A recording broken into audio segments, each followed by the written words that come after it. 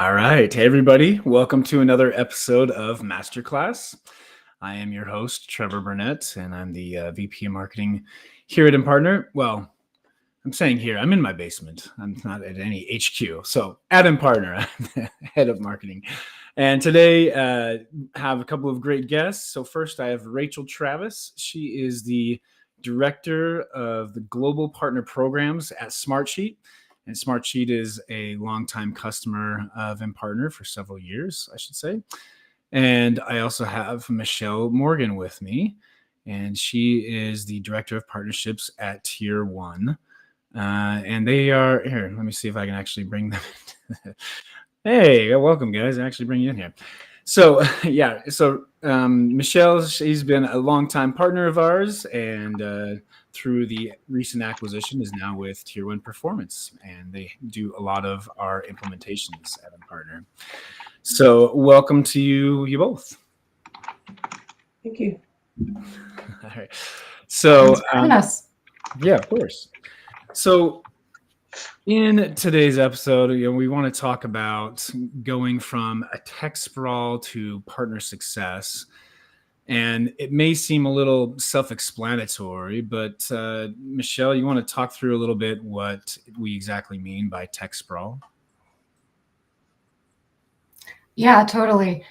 Tech sprawl is really when partner ecosystem teams are trying to address any number of challenges by just going out and seeking more systems and more tools, which is not a bad thing, but it can be when you don't have a long-term infrastructure strategy in place and you can't tie it back to other systems in the business and the corporate objectives. Nice. All right. So how is it that you know if you have tech sprawl? Like, does it hit you over the head, or is it a little more subtle? Everyone has tech sprawl, so don't feel bad if you have it. None of us are immune to it, but I think really severe tech sprawl happens, especially within the partner teams, when you have it across three different personas. When you've got your partners feeling it, your internal teams feeling it, and your leadership team feeling it. So symptoms can be from the partner side, could be, oh, they're having to log into multiple systems. It could be that there's a really poor user experience. The kicker is another one is that they're spending too much time on your platform. Partners need to get in, do what they need to do, register that deal, take that training, find that piece of content and get out. Because again, partners are working with a lot of vendors, not just you. And the longer they spend on the platform, it probably means they're confused and can't find what they're looking for. From an internal team's perspective, you're going to see siloed data. You're going to see duplicated work. Unfortunately, you're probably going to see some wasted budget where they've acquired something and they haven't implemented all the functionality. And from a leadership perspective, you're going to see things like inaccurate reporting that they can't trust. They can't measure the ROI. And because of that, they have no idea how to scale or even if to scale. So those are some of the symptoms. Okay. Well, we do have a little visual here, if I can figure out this. There we go. Yeah, like you were saying, it's the more tools doesn't necessarily mean the better engagement. And I don't know, did you want to bring up the visual now, or did you want to add a little more color on that? No, I think it's I think Trevor, we can stay here for a moment, because I think Michelle did a great job of sort of painting the picture of the symptoms that we at Smartsheet were feeling full on approximately 3-ish years ago, I would say. Depending on what team, what function, everyone had a different tool, and trying to bring those things together to accomplish pretty straightforward day-to-day tasks that you need to do for your partners took 6 different folks and 3 hours, and ultimately we didn't have any of the data to see whether or not it delivered. So I think that was the experience that we inherited at Smartsheet a few years back, and really it was just a function of how various different tools were acquired. Our marketing team that did our comms, they wanted one. Our data and analytics team, different tool.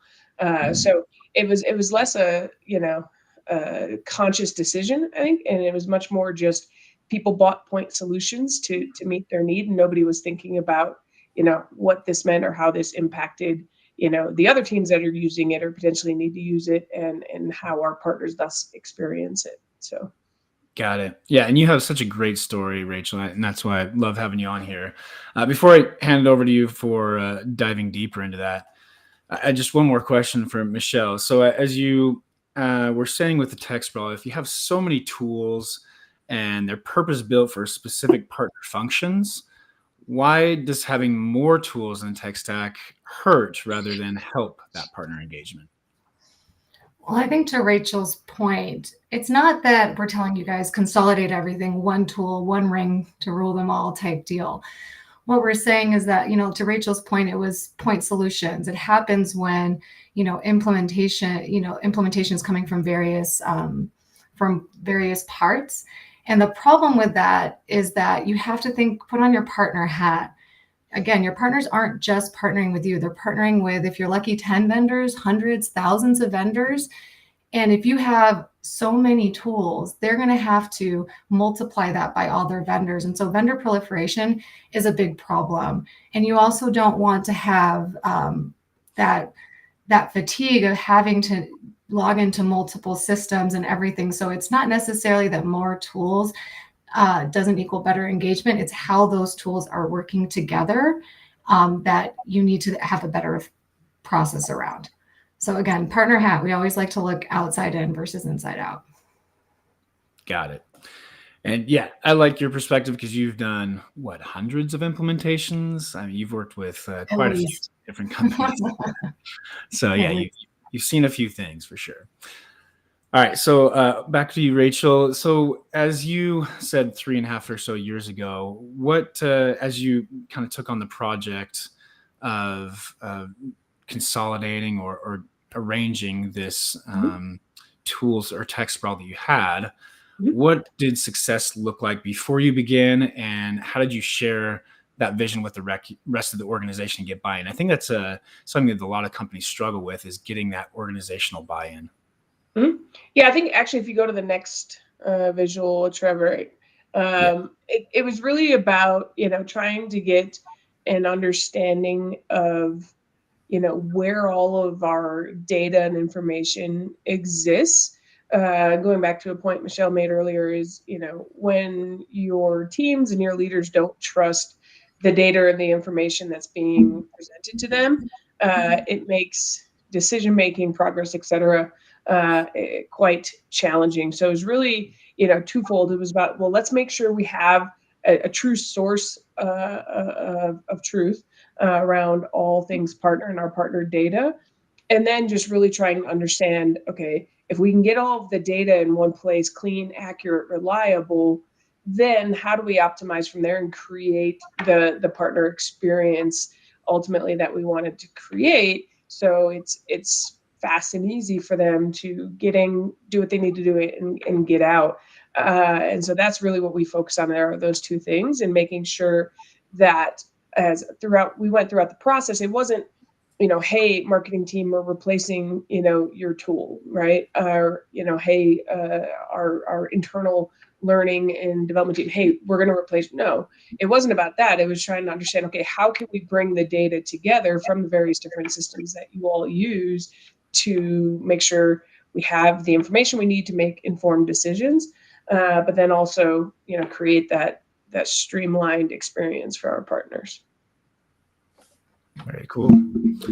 Yeah, it's like the junk drawer versus toolbox analogy you're seeing here. Just because all your tools can be in one spot in a junk drawer, but they could be hard to find, versus going to a more organized, and I mean organized toolbox, because Rachel reminded me the other day that not everyone's toolbox is organized, but an organized toolbox where you have different tools for different functions. They could even be different brands, but at the end of the day, you're able to easily go to them and find the things that you need. Like a screwdriver is right next to the screws, and you can easily hang that picture versus rummaging around in the junk drawer.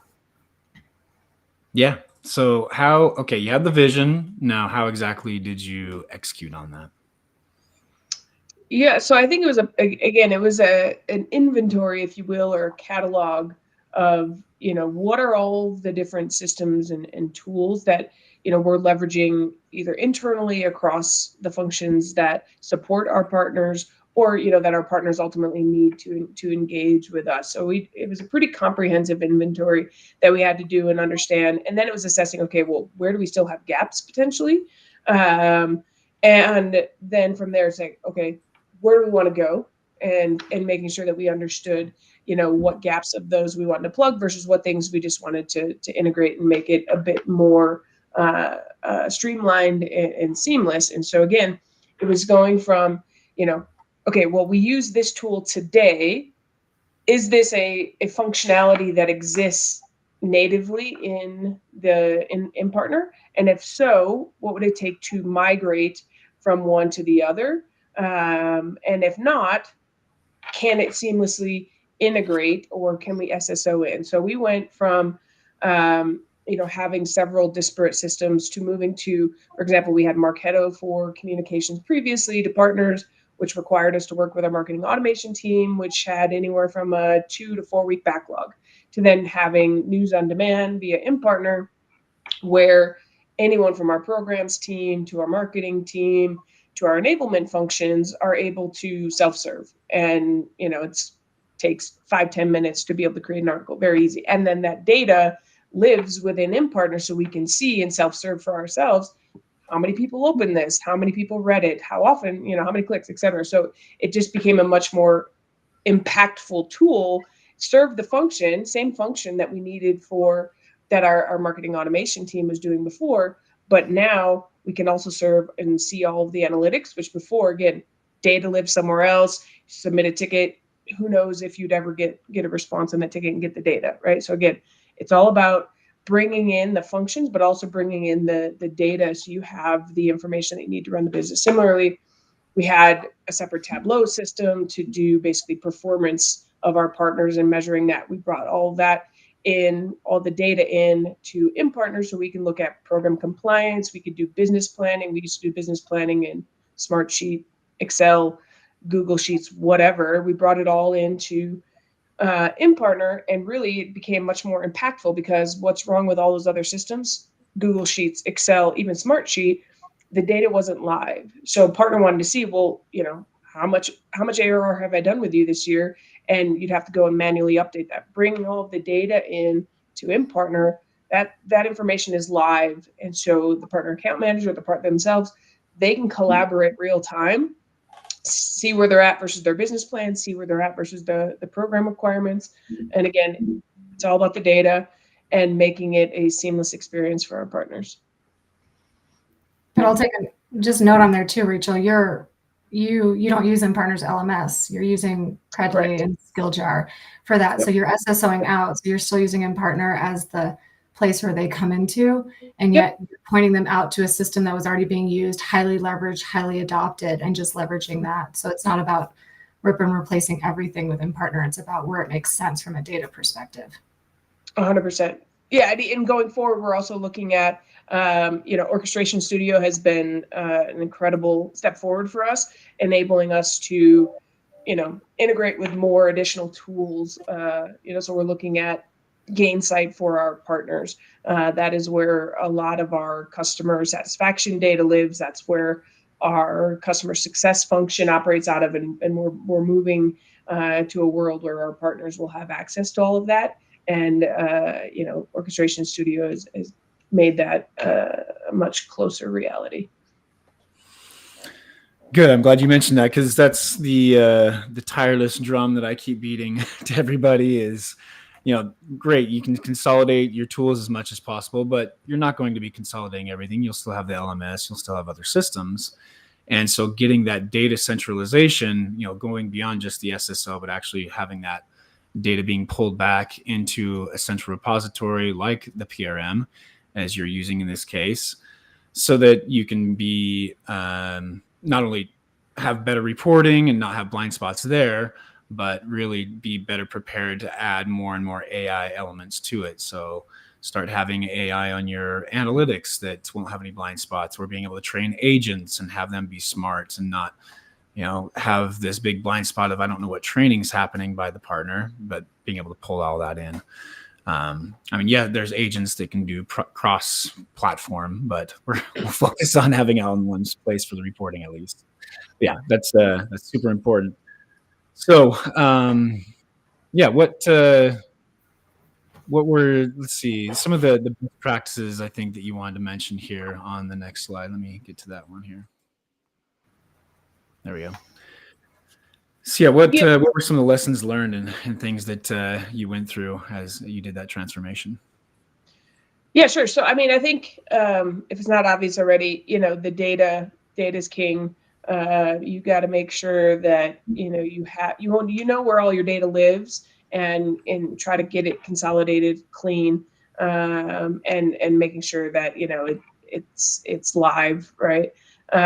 So making sure that you can get all of that data into the portal, but then from there, it's really about, here it says outside in versus inside out. And so I think, what we inherited was an inside out, right? All these different teams have all these different tools that they use, and we just got to figure out how to leverage them to the best of our ability to achieve an objective, to taking a step back and saying, okay, if we have all the data, great, but now what do we want our partners to experience, and making sure we sort of keep them front and center in, the decisions we make about, well, do we need a new point solution? If so, does it integrate with our PRM such that it's seamless, right? That's sort of some of the first questions we ask ourselves, so that we're not contributing to tech sprawl. It's not that we won't buy additional tools. It's just we're not going to buy an additional tool if it creates a disjointed experience and we can't easily bring that data in. So that's the first point. And then, I think this one goes, auditing the tools. So going back to the journey that we went on is, again, it's understanding there are more tools in your organization than you're probably aware of across teams that maybe you could or should be using, but also just meeting the teams where they are. So for example, going back to the LMS, right? Our teams that create training and content for our internal folks, as well as for our customers, they live in different LMS systems. And so, we have to leverage that content and that information. The ability for us to say, well, hey, can you go now load it in this other system? Never going to happen, right? So we have to meet them where they live and breathe and operate, and, find a way, ideally, to do it in the most seamless, integrated, automated way as possible. I think just being very pragmatic, understanding, when it's best to use a fit for purpose tool versus, building it and finding a way to make it work in partner or whatever it may be. And I think, integrate before replacing. I think we've kind of made that point. Is there's a lot possible now with Orchestration Studio, and so again, being super pragmatic, understanding what it's good at, what it's not, and where you do need to maybe look at a point solution. And then, I don't know, Michelle, if you want to touch on these last two. Yeah, sure. I think the first four, I think a lot of people are aware of. And then the next two, it's like, yeah, we know we need to do this, but it's a little vague. We say plan for change management, and it's not change management at the end. It's not, okay, we've created this great solution. We've got this tech up and running. Now, how do we do adoption? Change management starts at the very beginning. It's getting partner feedback. It's getting your internal team's feedback. We see all the time that what internal teams think the partners want is not exactly what the partners want. And so things like, Smartsheet just started a partner advisory council, I believe, right? And getting more feedback from partners. But even then, before that formalization, when we were moving from Classic to PX, we brought in partners to help, look at the system and determine, what they wanted, what was working well, what wasn't working well. So the change management has to happen early on, and you have to plan for it, and you have to communicate often and frequently, but in the right way. And so don't think about change management after the fact. Think about it before. And again, we'd be remiss without talking about AI, but just like you said, Trevor, like you can throw an AI agent or anything on top, but really, if you have siloed data, if you have disjointed processes, if you don't have a unified platform, all an AI tool is going to do is going to shine a giant spotlight on your inefficiencies. So streamline your processes, understand your data, understand where you want to go, and then figure out how AI is going to augment that and build the foundation for AI readiness, because we all need it. Just don't do it haphazardly, because you're going to shoot yourself in the foot. Yeah, you if you have siloed data, your AI is just going to have more hallucinations than a LSD addict for sure. So, yeah, I skipped over the best part, unfortunately. Sorry. What about the results? Like, what were the results and impact that you were able to see from these changes that you made, Rachel? So, what kind of usage, engagement, time savings, all those sort of things. Yeah, I mean, I think first was just, again, we were able to have a better, more comprehensive leadership view using Analytics Studio. So we built out some executive dashboards. That was sort of the first time any of our team had all of the information around performance, pipeline, training and capabilities, sort of marketing activities and attribution, right? That was all in a holistic place. So internally, it was for the first time a comprehensive view of the business. So that was a game changer for our channel leaders as well as the partner account managers. But then for our partners, we saw portal engagement, some pretty high numbers. I think at one point last year, towards the end of the year, we ended at like 83%. I think this year we're still, north of 70% portal engagement. So pretty high engagement scores compared to industry average. Wow, very nice. And didn't Channel Chief share that he was finally able to see some data he'd never been able to see before? Something like that? Mm-hmm. Mm-hmm. Very nice. Well, cool. Well, we have a few moments here if we want to start fielding any questions. I forgot to prompt everybody early on. But hey, we always do a quick Q&A session here at the end of our master classes. So anybody that's joined live, that is the benefit of doing so, that you're able to jump in and ask any questions that you have. So throw those in whatever platform you're on, whether it's LinkedIn Live or YouTube. Throw those questions as you have them in there. So there was the prompt that I was supposed to put up earlier. But there you go. So we'll give a moment for that. See if anybody wants to jump in. If you're on the recording, then hopefully somebody asked a question that you wanted to hear about. All right. So we do have one. Jane's jumping in here, listening in. So if you could give one piece of advice around change management, what would you recommend to partner teams going through it? Rachel, you went through it. I'll let you answer that, and then I can give holistic. Yeah, I mean, I think what I would say is you're not going to be able to convince everyone. They're not going to understand the importance, the vision, whatever.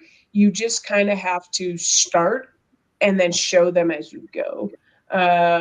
It's just, yes, communicate early, often, etc. But you can't let the naysayers, if you will, stop you from progressing. You're just going to have to, make some of these improvements that are necessary and needed, and then, show them why this is a good move as you go. Yeah, I think communicating. Yeah, you're going to have naysayers, but if you understand you're communicating benefits in their way, like understand how they want to perceive what's in it for them again, and communicate the benefits in their language, you're going to see more adoption. Don't just think, okay, this broad message is going to work across everyone, even across all your partners. You're going to have to communicate to different partner types, different partner personas, different roles in a different way. And so making sure you account for all of that, and continue to show quick wins along the way, not just the long term. Here's the 30,000 foot view of what we're going to do, and here's everything that's going to happen. It's saying, okay, here are the quick wins. Show those fast, because that's going to turn the naysayers into believers and into champions faster. Very nice. All right. Another one is, did you run into any roadblocks from IT with all the software changes and the consolidation that you did there? Yeah, I mean, the roadblocks are just time and resources, right? So I don't know how to necessarily say they were roadblocks. It was more just, you got to find a way to work with their timelines, their resources, and their availability. And I think if you have a whiz, that somebody who's strong and in partner, and especially now with Orchestration Studio, finding where you can make those inroads and progress sort of independently, and then tap into IT when and where is needed. I think if you can, one of the things we like to do is often bring IT into the beginning and then just, say, here's what we think it's going to, we're going to need your time, but it's them sharing, okay, this is how we operate, and us saying, okay, this is how long it's going to, how much of your resources we think it's going to take, and at the different points. As long as expectations are set up front, it's easier to work with IT, I would say. Yeah. All right. Time for one more, and then we'll close up. Like we say, we can't escape the AI question. Let's see. So AI is obviously a hot topic. What do you plan to do there, if you're okay to share? I think they're saying this is a question I hear a lot of. What are impactful things that you're trying to do in your partner management, or applying to any of the tools that you're using, either on PRM or otherwise, to help with the whole partnerships space? Yeah, so for us,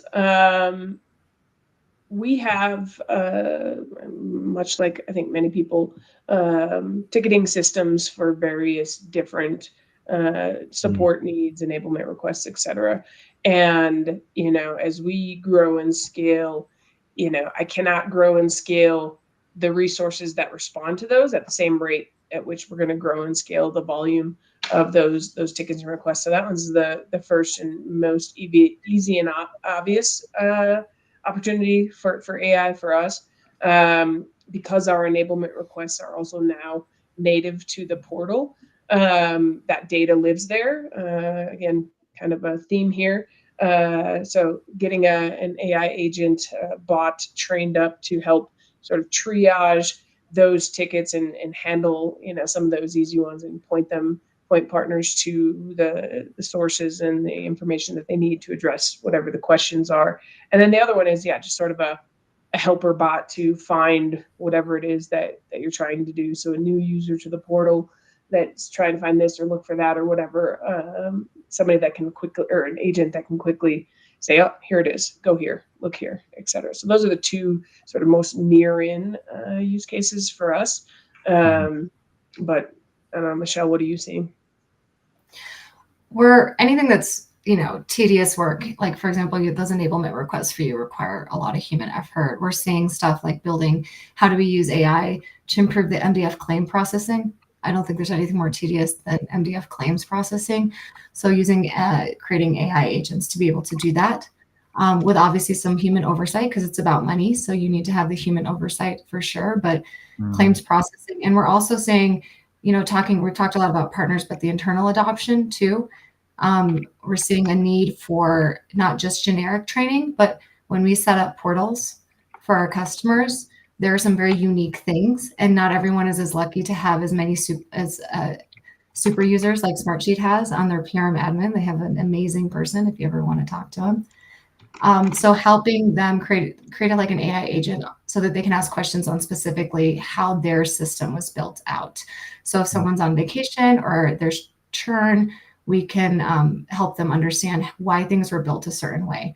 Because the power of InPartner is the workflows and the Orchestration Studio and the segmentation and the configurability of it.